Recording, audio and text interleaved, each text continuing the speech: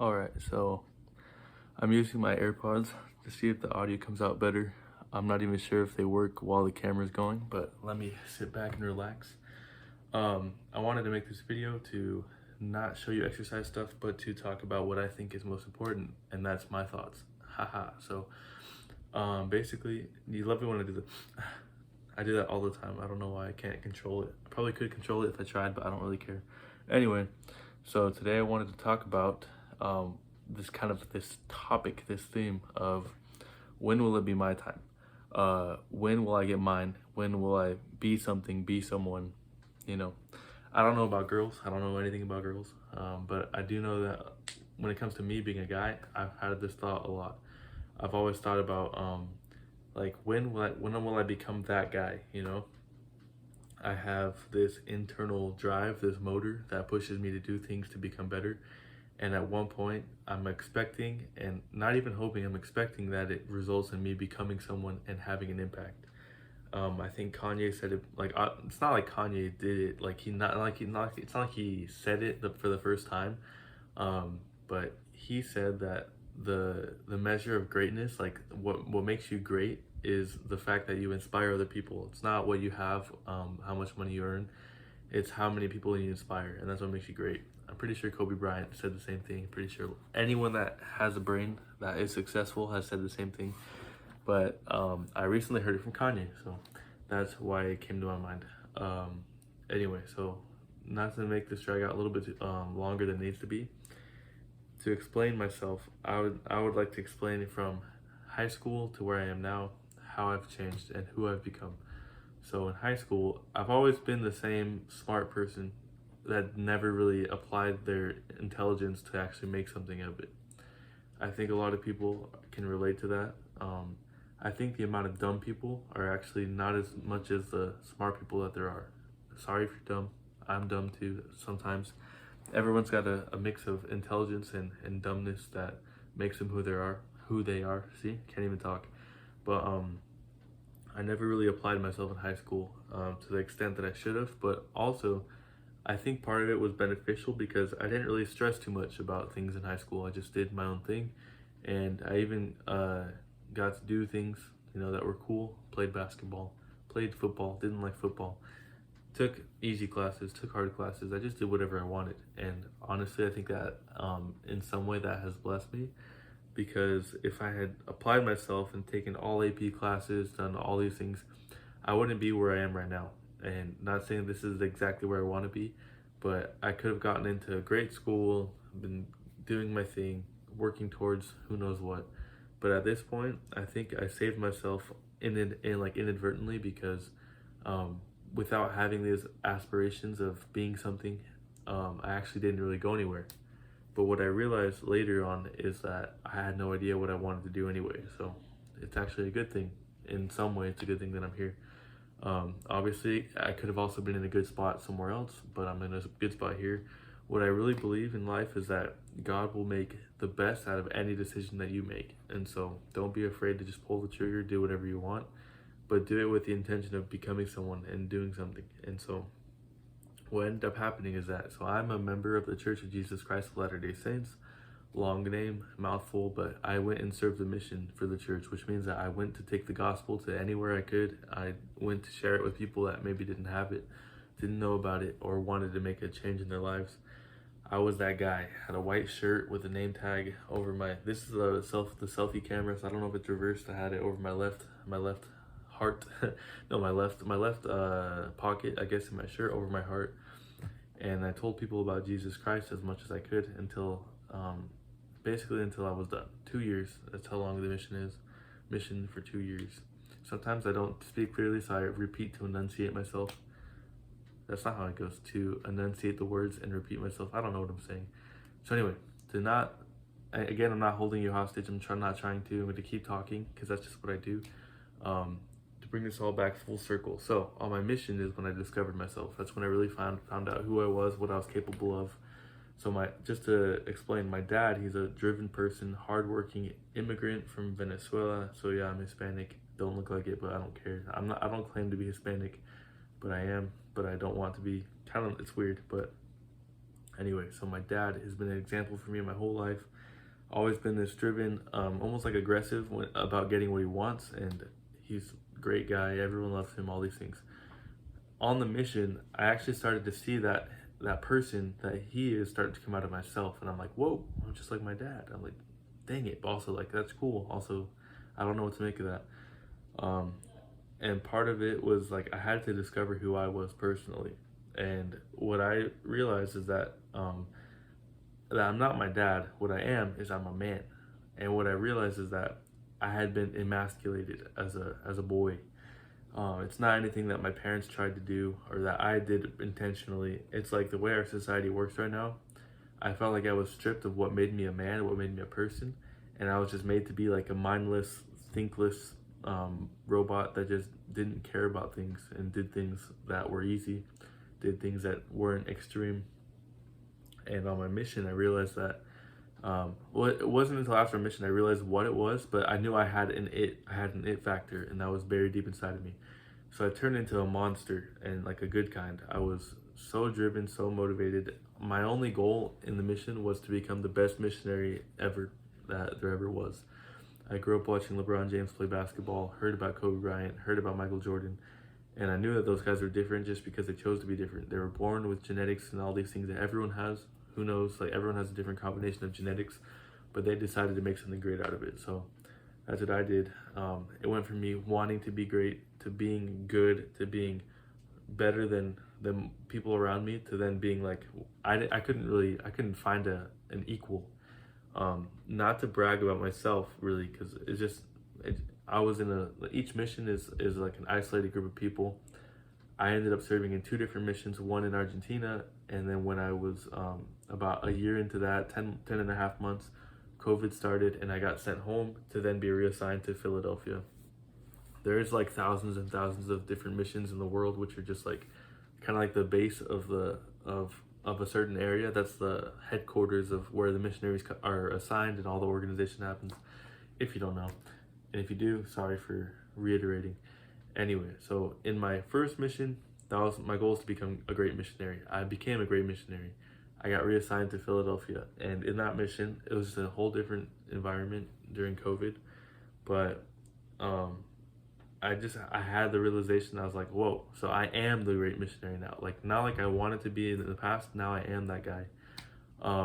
Not because I'm so special, but because I worked so hard to get there. I put in hours of studying in scriptures.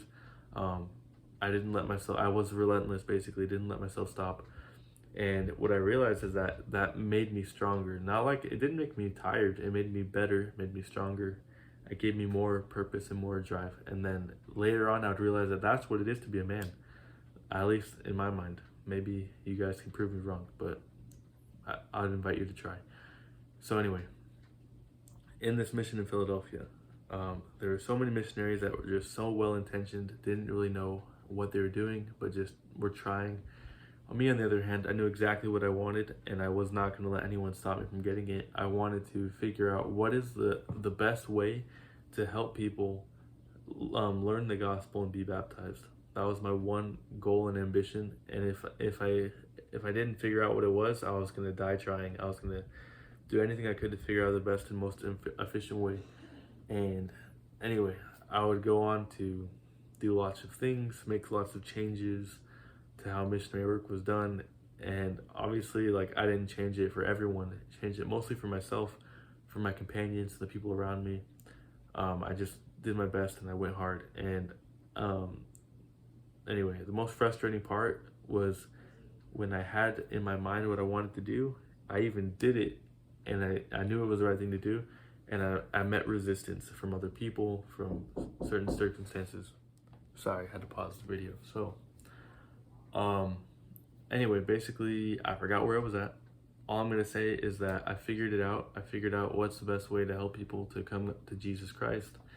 And the only one answer I could give, obviously there's a million different things I could say, and I'm going to do my best to explain those throughout different videos, but the one thing I learned was to be that person yourself. Be the person that found Jesus Christ, be the person that knows who he is, and through that, you can just share through yourself, kind of a transfer of energy by talking about what you have become, what you have done, other people will be able to learn, kind of like how people look at Kobe Bryant and Michael Jordan and LeBron James, Kevin Durant, Giannis Antetokounmpo, how they look at them as examples and they imitate what they do, and in so doing learn more about the sport of basketball, about life. I want to be that person, and that's who I think I've become at this point. And the one thing I want to make sure I explain and make clear is that I'm not a unicorn. I'm just a regular dude, but I am a man, and I learned that I'm a man. I learned that I have certain things about me that are unchangeable, and if I try and change them, I'm going to be depressed. If I try and change them, I'm going to be unproductive. If I embrace who I am and I work hard and I do everything that God asked me to do, I'll be unstoppable. And if everyone can just learn that about themselves and realize their potential, we won't have any problems, I don't think, with being happy. Sorry, hiccups. There we go. Anyway, with being happy, with getting what we want. And the only thing is that what you want is going to change. It's going to change from the moment you start this journey to the moment you die. What you want is going to keep going on an upwards slope. The closer you try and get to God and to yourself, the more wholesome and meaningful your desires are going to become. At this point, the only thing I want is to protect my family, to be better myself, and to help God in achieving his goals. And his goals are to save all of his children from destruction, which we bring upon ourselves. And he wants us to be able to live in a happy and holy way, and he wants to reunite with us. Boom. I think those are his goals. It's as clearly as I can state them, as simply as I can. I want to be a person that helps with that, and I want to do so because I know it'll make him happy. It'll make all of his children not be dead spiritually and physically, and by that token, it'll make me happy, seeing other people happy. So those are my goals right now. And what now, to bring this all full circle with the subject of when will it be my time?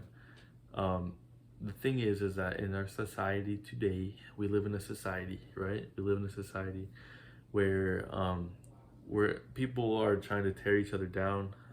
Not just people, Satan himself he's got his paws, where how do you say metidos in Spanish? Sometimes Spanish messes with my English, but he's got it. He's in there. He's working to throw off whatever good is going on, throw off the forward momentum. He's telling everyone lies, and anyway, what has to happen is that we have to get over ourselves, basically. I think emotions are the bane of our existence.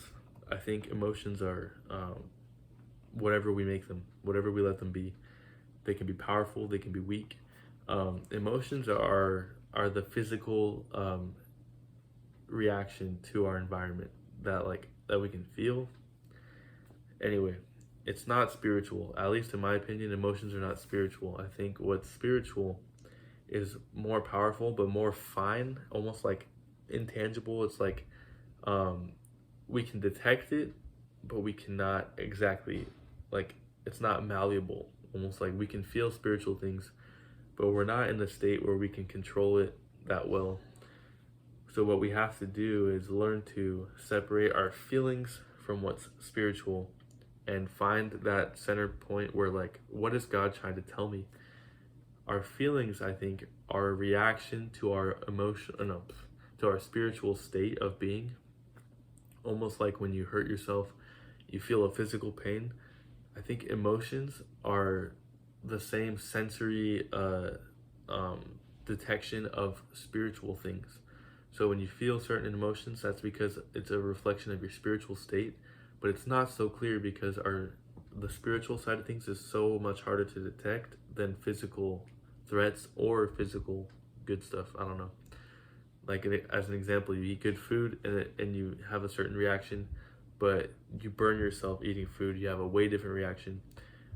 Those different reactions due to spiritual situations are what our emotions are trying to tell us, I think. So when you feel certain emotions, you have to know that it's telling you something, that either you're in a good state spiritually or a bad state spiritually. I could keep going on for forever, but I'm going to stop right now. I've already been going for too long. I just want to say this, that before you can make it, and when I say make it as in fulfill your purpose, You have to sort through all the emotional crap. You have to figure out what you actually want out of yourself. You have to turn yourself into that beast, into that monster, and then learn how to control it. And once it's like it's as simple as like once you know what to do, you have to do it, right? But what if you don't even know what to do? What if you're lost and stuck and all these things? It's due to your emotions. I would suggest that. So dig deep. If you want to go to therapy, do that. I tried therapy, didn't like it, and I'll tell you why in another video. But basically, you have to clear up all the internal stuff so that that's what gets you to the start line. You're not even starting until you've cleared yourself up emotionally, and then God will teach you what to do and just do it. Boom, that's life right there, as simply as I could state it. So if you're wondering when will be my time to make it, to be big, to do something that is impactful, fix yourself first. Hopefully I can share things that will help you throughout other videos. But anyway, that's it. I hope you have a great day. Mashallah. Salam alaikum. I'm just making up stuff right now. Have a good one.